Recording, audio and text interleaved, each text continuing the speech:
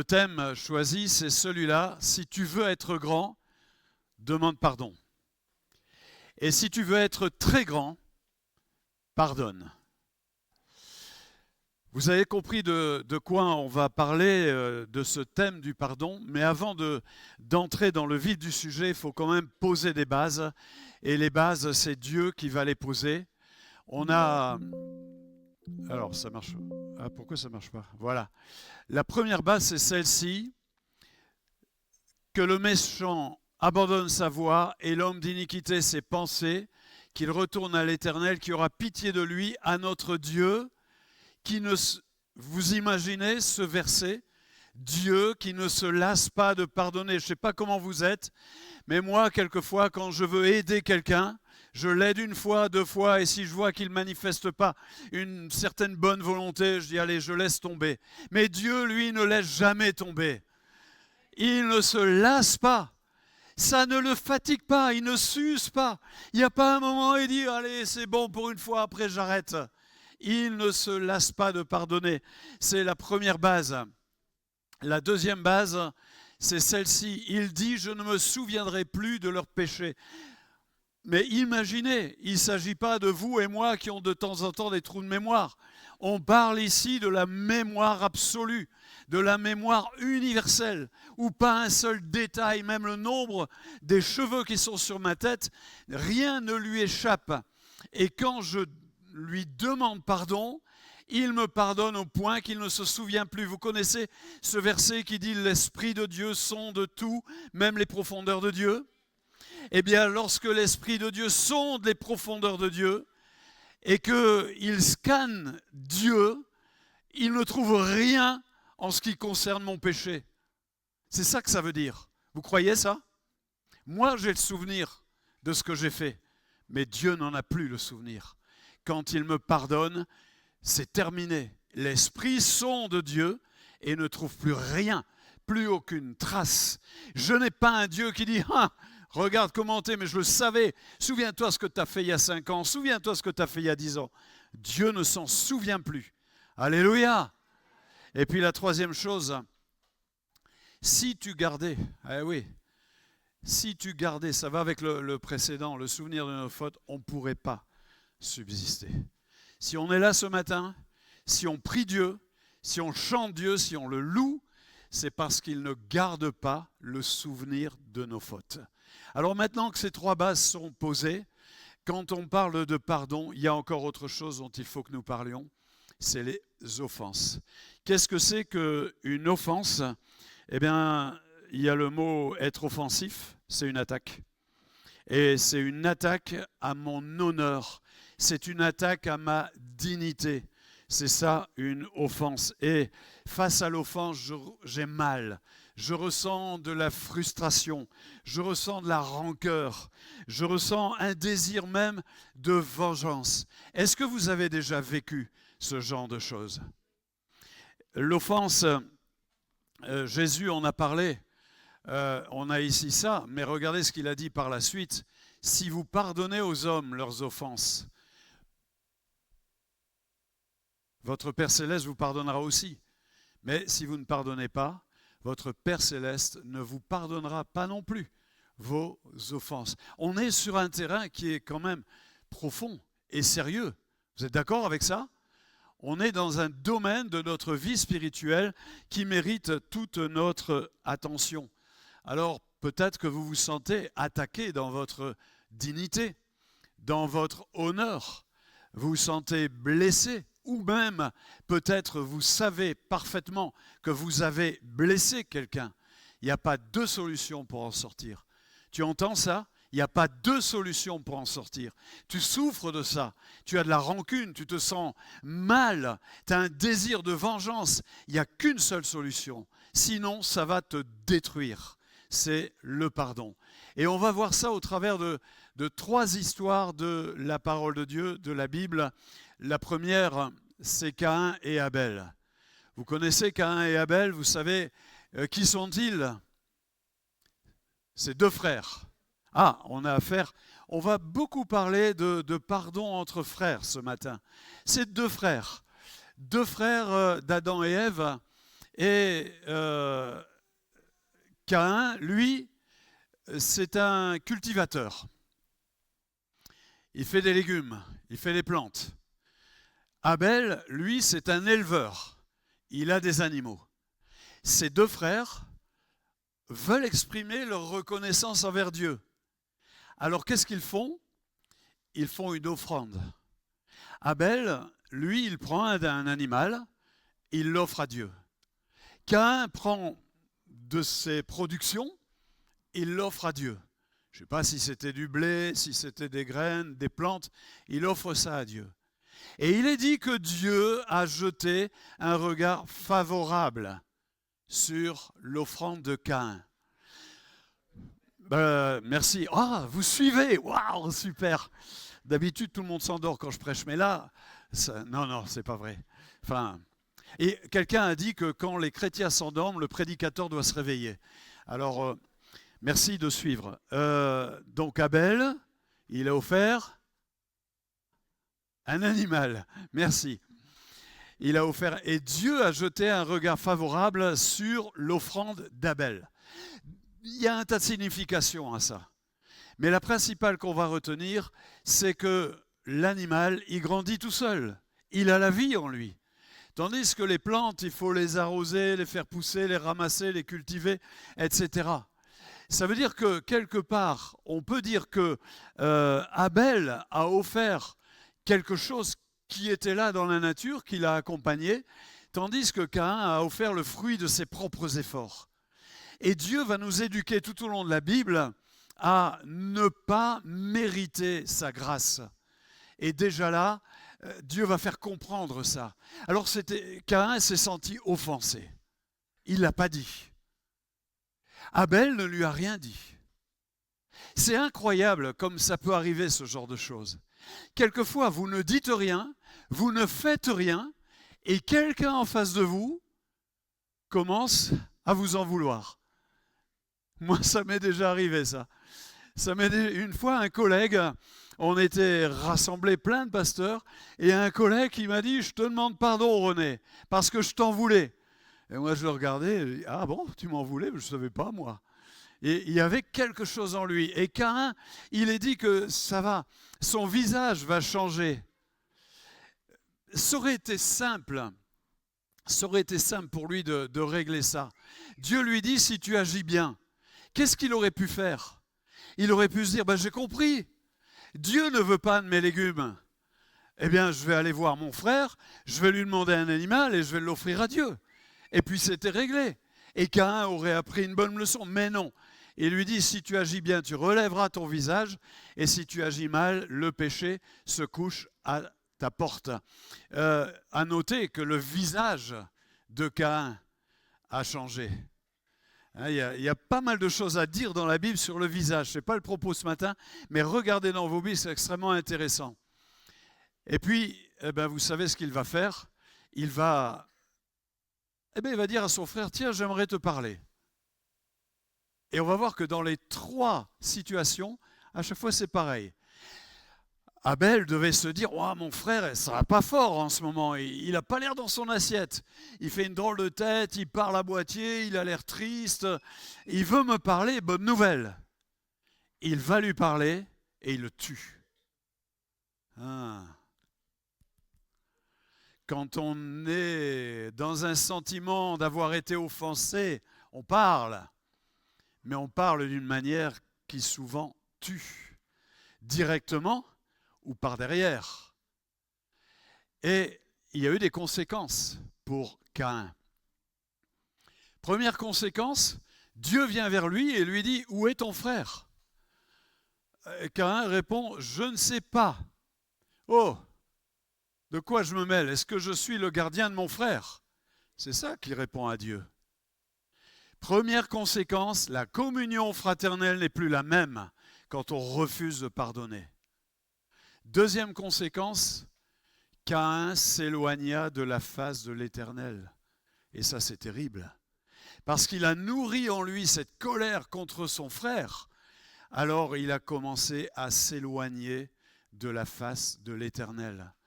Et ici, on a cette première histoire qui nous parle du refus de pardonner. Ça fait quelques semaines que je suis pasteur, enfin quelques années. J'ai remarqué quand même, dans les églises, il y a beaucoup d'histoires. Et il y a beaucoup d'histoires avec des offenses qui n'en sont même pas. Il y a des pays où on persécute les chrétiens. Là, il y a des offenses. Mais nous, c'est des histoires de... On a du temps à perdre, franchement. On a du temps à perdre. Il ne m'a pas dit bonjour. Il n'est pas venu me voir. Il a dit ça. J'ai pas compris, mais je ne suis pas allé lui demander ce qu'il avait voulu vraiment dire. Et on commence à nourrir ça. Il y a des histoires dans les familles. Il y a des histoires dans les églises. Il y a des histoires au travail. Et dans ces histoires, il y a des chrétiens. Et ça, c'est pas normal. Parce qu'à refuser de pardonner, on se démolit, on se détruit, c'est un poison en nous. Alors on va voir quelque chose qui est encore plus fréquent que ce qu'on vient de voir là. C'est ce que j'ai appelé le demi-pardon. Alors ici, on a une histoire. On va lire le texte. Joab répondit, « Dieu est vivant. Si tu n'avais pas parlé comme ça, le peuple aurait rompu le combat au matin, chacun laissant son frère. » Joab sonna du cor et tout le peuple s'arrêta. Ils ne poursuivirent plus Israël et ne continuèrent plus à se battre. Ici, on est dans le livre de Samuel, le deuxième, et il y a guerre entre la maison de David et la maison de Saül. C'était le roi qui était avant David. Saül n'a jamais digéré que David ait pris sa place. Alors il y a guerre. C'est toujours une guerre à l'intérieur du même peuple. Et dans cette guerre, à un moment, alors on a deux chefs, deux généraux en chef, Joab, général en chef de l'armée de David, et Abner, général en chef de l'armée de Saül. Joab a un petit frère, Asaël. Il court vite, Asaël. Et à un moment, il a voulu jouer les héros. Il s'est mis à poursuivre Abner. Seulement, il court vite, mais il est jeune, il manque d'expérience. Et Abner lui dit, arrête-toi parce que ça va mal finir. Mais l'autre, il veut sa médaille. Il veut jouer les héros. Il se jette sur Abner et se fait tuer. Le frère du général de l'armée de David. Alors, il est enragé, Joab. Il poursuit Abner. Et ça devient une guerre, mais sanglante. Quelque chose de terrible. Et Abner dit, mais arrête. Arrête. Et Joab lui dit, d'accord, merci d'avoir parlé comme ça. Si tu n'avais pas parlé comme ça, on se serait battu toute la nuit et même encore plus, et ça aurait fait des dégâts irréparables. Et là, on a l'impression qu'il y a, comment on va dire, cessez-le-feu. On entend parler de ça aujourd'hui. Hein. Il y a cessez-le-feu, c'est la fin de la guerre. Ils ne continuèrent plus à se battre. Ok, tout va bien, on peut dire qu'ils se sont pardonnés. Et quelque temps après, Joab rentre, j'allais dire à son bureau, mais au palais du roi. Et qu'est-ce qu'il voit sortir du palais? Abner. Il se dit, quoi? Abner est allé voir David et David l'a laissé sortir comme ça? C'est pas normal. C'est quand même l'assassin de mon frère. Et qu'est-ce qu'il fait? Il le suit. Et regardez encore, il lui dit, Abner, j'ai un secret à te dire. Vous aimez quand on vous dit, j'ai un secret à te dire? J'ai un truc à te dire, mais tu le diras à personne. Hein? Et quand on parle comme ça, on se sent fort. Hein?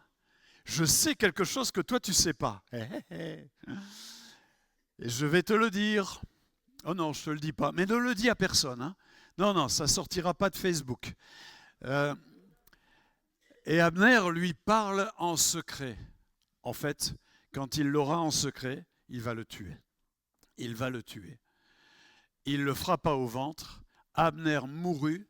Et en fait, le problème de Joab, c'était pas la nation d'Israël, c'était pas son peuple, son pays, c'était un problème personnel. C'était à cause d'Asaël, son frère, Qu'est-ce que c'est que cette histoire?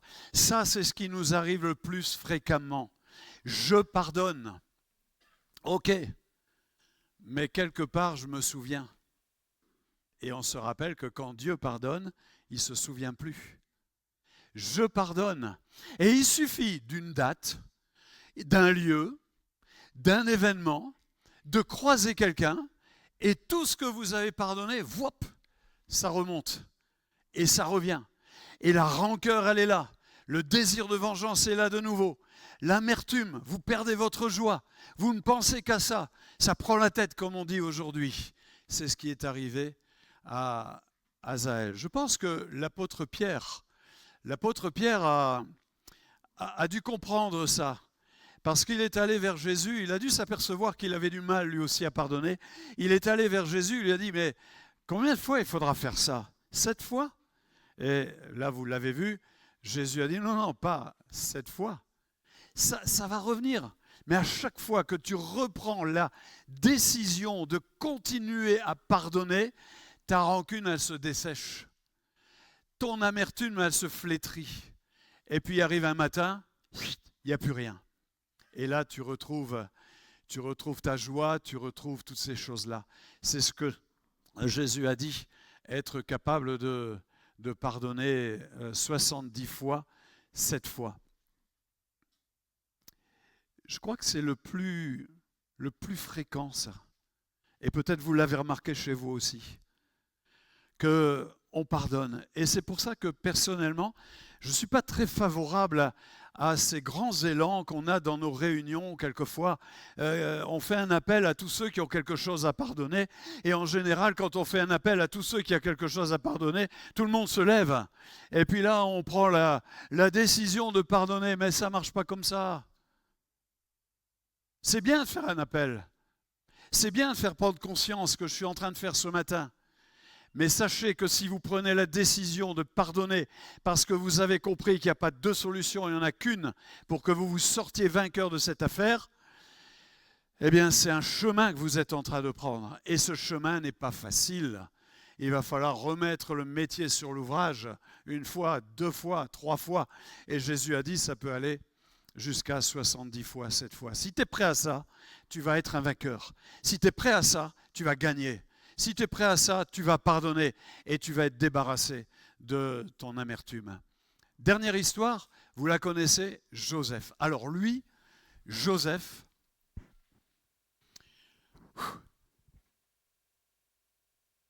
bon c'est vrai, il n'a pas su gérer les visions que Dieu lui avait données. Il a une vision, les frangins, j'ai une vision, ils étaient tous frères.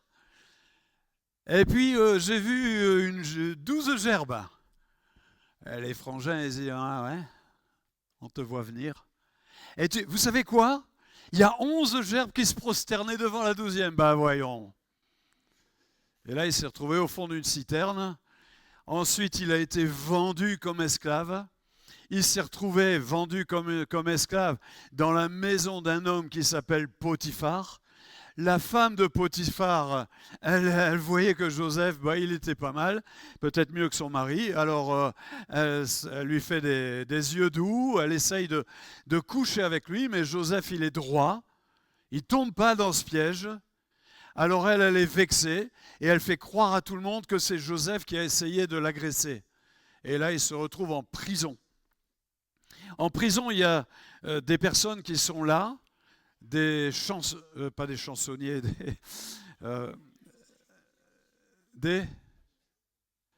ouais, enfin voilà, ils goûtent le vin avant le roi, voilà.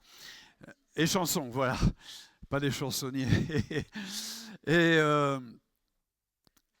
ils font un rêve, et là, Joseph interprète le rêve. Et puis finalement, ils sont libérés, et il y en a un qui dit, mais je me souviendrai de toi. Enfin, Joseph lui fait promettre. Mais non, il est libéré, il l'oublie. Ça arrive souvent, ça aussi. Hein. Ouais, je te promets.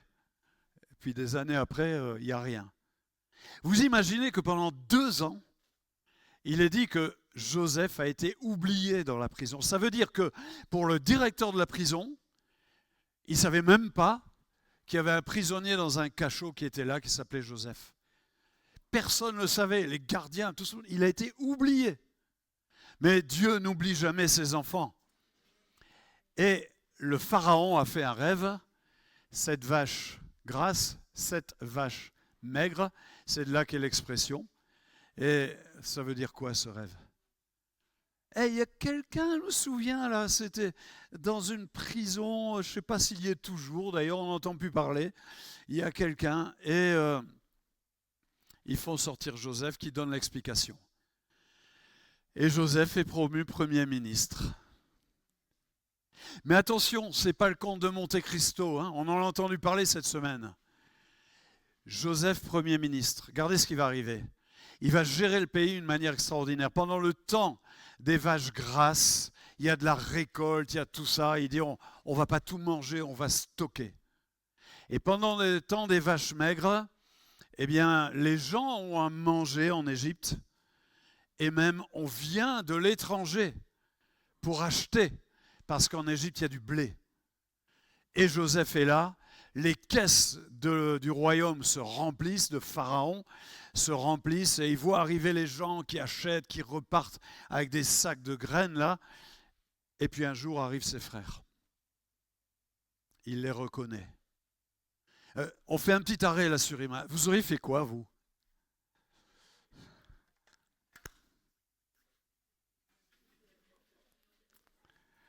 Oh Dieu, tu es bon! Dieu, tu es bon, tu changes le mal en bien. Ils m'ont fait du mal, à mon tour. Tu me les livres entre tes mains. Qui aurait fait ça? Moi, j'aurais peut-être fait, j'avoue. Mais pas Joseph. Joseph se retire et il se met à pleurer. Et encore une fois, il revient leur parler. Vous savez, les histoires de pardon, c'est dans le dialogue hein, qu'elles trouvent leur solution. Dialogue Caïn et Abel, dialogue Joab et Abner, dialogue ici. Il revint leur parler. Et puis il va y avoir un tas de péripéties. Alors ils prennent leur blé et Joseph il remet l'argent dans le sac de blé. Et il met des cadeaux en plus. Et ils arrivent là-bas, ils ouvrent les sacs et ils voient tout ça. Ils commencent à avoir peur. Ils disent ouais c'est un piège, il va nous attraper, il va nous tuer. Et puis finalement de péripétie en péripétie, et ils découvrent que Joseph ne leur en veut pas. Et voilà ce que je viens d'expliquer. Et ils le disent à leur père. Et là, il va se passer un phénomène très intéressant. Il répète toutes les paroles que Joseph lui avait dites. Jacob vit les chariots que Joseph avait envoyés pour le transporter. Attention, on a des 38 tonnes là. Hein. Ce n'est pas 2-3 sacs de blé comme ça. Hein. Des chariots. Aujourd'hui, ce seraient des camions. Et regardez, Jacob réalise que Joseph lui a vraiment pardonné à ses frères. Son esprit reprend vie. Je pardonne et je libère l'autre. Je pardonne, je libère l'autre. Tu pardonnes, tu libères celui qui t'a offensé. Parce que tous les deux, vous êtes en prison. Tous les deux, vous êtes en train de vous pourrir la vie. Mais tu pardonnes et l'autre est libéré à son tour. Voilà ce qui s'est passé avec Joseph. Alors comment ça se fait que Joseph en est arrivé là? À quel moment, parce qu'il a dit une phrase que je n'ai pas là sur les diapos, mais il a dit « C'est pour vous sauver que Dieu m'a envoyé jusqu'ici. » Waouh! J'ai été jeté dans une citerne, j'ai été vendu comme esclave avec des chaînes, j'ai été injustement dénoncé, on m'a jeté en prison, on m'a oublié en prison. C'est pour vous sauver que Dieu m'a envoyé jusque-là. Waouh! C'est fort, hein? Moi, je crois que Joseph, dans ses péripéties, il s'est mis à genoux devant Dieu. Peut-être que sa prière a commencé en disant « Pourquoi ça m'arrive ?» Peut-être que sa prière a commencé en disant « Seigneur, ce n'est pas juste. » Peut-être qu'à un moment, il a dit « Punis mes frères. » Mais il s'est tenu devant Dieu. Et à un moment, Dieu lui a montré que ce qu'il vivait avait du sens. Un sens particulier qui va changer tout le cours de l'histoire d'Israël pour nous amener jusqu'à Jésus. Il va comprendre ça. C'est pour ça qu'il y a cette phrase « Le pardon se trouve auprès de toi ». Mon frère ou ma sœur, si tu es mangé à l'intérieur, rongé par un problème de pardon, tiens-toi devant Dieu. Cherche la face de Dieu. Et Dieu te donnera l'explication et le sens. Et quand tu auras compris le sens, ça sera facile pour toi de pardonner et de te libérer de ça. En tout cas, de t'en sortir pas par le bas, mais de t'en sortir par le haut.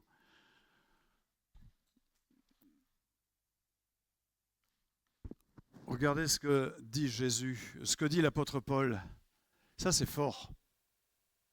Supportez-vous les uns les autres, ok. Si l'un a un sujet de se plaindre de l'autre, bon, ça n'arrive jamais, mais au cas où ça arrive, pardonnez-vous réciproquement. Mais attendez, pas le pardon en promotion en tête de gondole à Carrefour, hein. Pas le pardon d'occasion sur Vinted, non, non, non, non. De la même façon que Christ vous a pardonné. Ouf. La barre est haute, hein? Alors je me souviens comment Christ m'a pardonné. Le prix qu'il a payé. Et c'est là qu'on ne peut pas dire pardon, on fait un appel, on lève la main et puis ça y est, c'est réglé. Il faut arrêter avec ça. De la même façon que Christ vous a pardonné, pardonnez-vous aussi. Alors, peut-être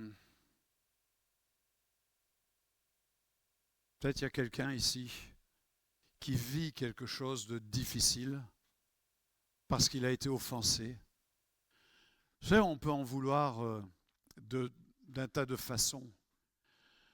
On peut en vouloir à ses parents parce qu'ils ont préféré les autres. Nous, on est le vilain petit canard. On peut en vouloir à un frère, à une sœur dans l'église. On peut en vouloir au pasteur. Même des fois, des pasteurs s'en veulent entre eux. Ça arrive aussi. On peut en vouloir à Dieu. Pourquoi tu as fait ça? Pourquoi tu n'as pas répondu à ma prière? Pourquoi la même prière, l'autre avait sa prière, la mienne, c'était la même prière, et lui, tu l'as exaucée, et pas moi. Et on en veut à Dieu. On en veut à Dieu. Peut-être le pardon le plus difficile à accorder, c'est quand il s'agit de se pardonner, quand on s'en veut. Souvenez-vous les trois bases.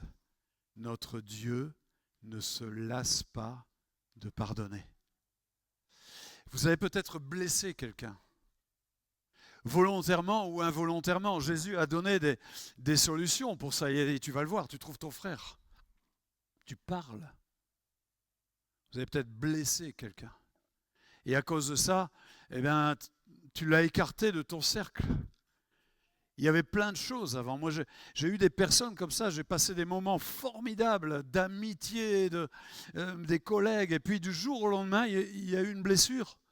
Après, on ne mange plus ensemble, on ne rit plus ensemble, on ne prie plus ensemble, on ne fait plus rien ensemble, on est même content quand l'autre n'est pas là. C'est pas normal. Jésus n'est pas comme ça. Il dit, je ne mettrai pas dehors celui qui vient à moi. Il n'écarte jamais personne. Et il nous dit d'exercer l'hospitalité. Et dans ces cas-là, ça nous ronge, ça nous fait du mal. C'est vrai, hein? Ça nous fait du mal. Quand on chante, quand on loue, on n'est pas à fond. On ne peut pas être à fond. Il n'y a qu'une solution pour en sortir. Il n'y en a pas deux. C'est le pardon. Comme on vient de le voir. Et je voudrais qu'on puisse avoir un moment de recueillement.